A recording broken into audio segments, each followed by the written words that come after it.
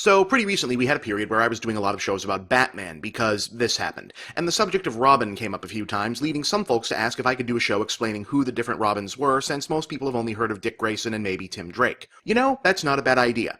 Comics are weird! Firstly, let's talk about Robin for a minute. Given that he's only had a sporadic presence in the live-action movies that have been how a lot of people were introduced to Batman for the last couple decades, he's often thought of as a vestigial part of the franchise, a lame character shoehorned into Batman's universe to make him more appealing to kids. And you know what? It is true that Robin wasn't originally part of the comics. There really was a mythic period where Batman worked totally alone and there was no lame, goofy kid sidekick to be found. And this long-lost golden age of Batman lasted all the way from May 1939 to April of 1940.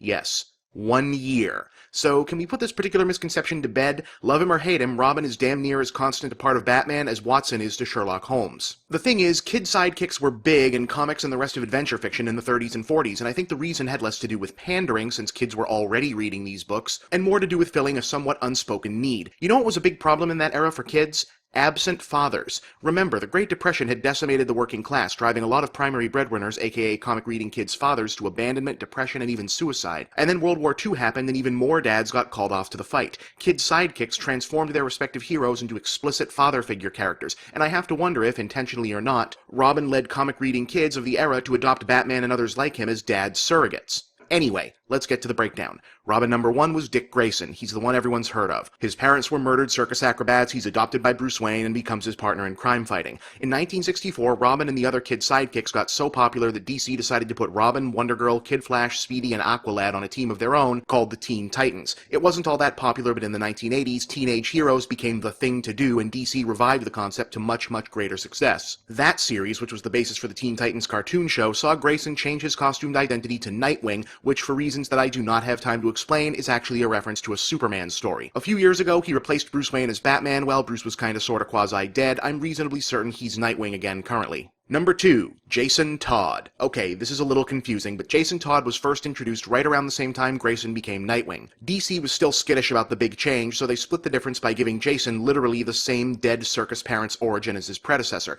Fans were more or less okay with him. However, when DC's continuity got rejiggered almost immediately after that by Crisis on Infinite Earths, I explained that in this episode, Jason got a new origin story where he's a tough, cool, rebellious street kid who talks back to Batman and also maybe murders a guy. The fans hated him. And in a 1988 arc called Death in the Family, he's mortally wounded by the Joker during a period wherein the Joker had been named the Iranian ambassador to the United Nations.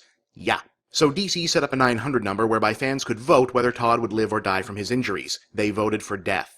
When DC's universe was altered once again in 2006 by the reality-punching outbursts of Superboy Prime, look it up, one of the side effects was Jason Todd rising from the grave. He hooked up with Ra's al Ghul for a while and was even an item with Talia, then rechristened himself the Red Hood in reference to the first alias of the Joker, and proceeded to carry out vigilante justice and mess with Batman's head. A lot of this was revealed in flashbacks, by the way. Then he messed with Dick Grayson's head by dressing up as an evil version of Nightwing. He briefly adopted the mantle of Red Robin, a persona originally belonging to an older Grayson in the alternate future Kingdom Come universe, but then went back to being the Red Hood.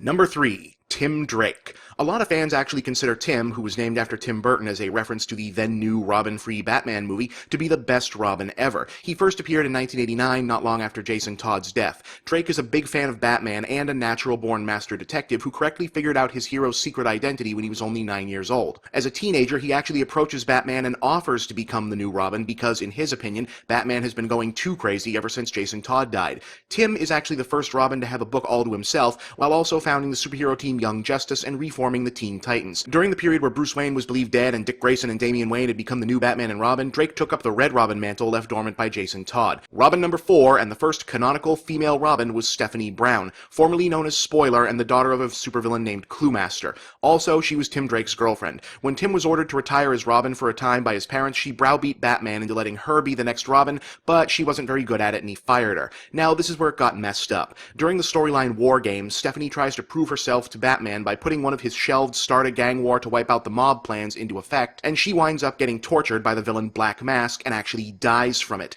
Then, slightly later, it's revealed that Batman's doctor friend Leslie Tompkins had the opportunity to save her life, but chose to let her die because she thought that maybe this would convince teenagers to stop signing up to be Robin.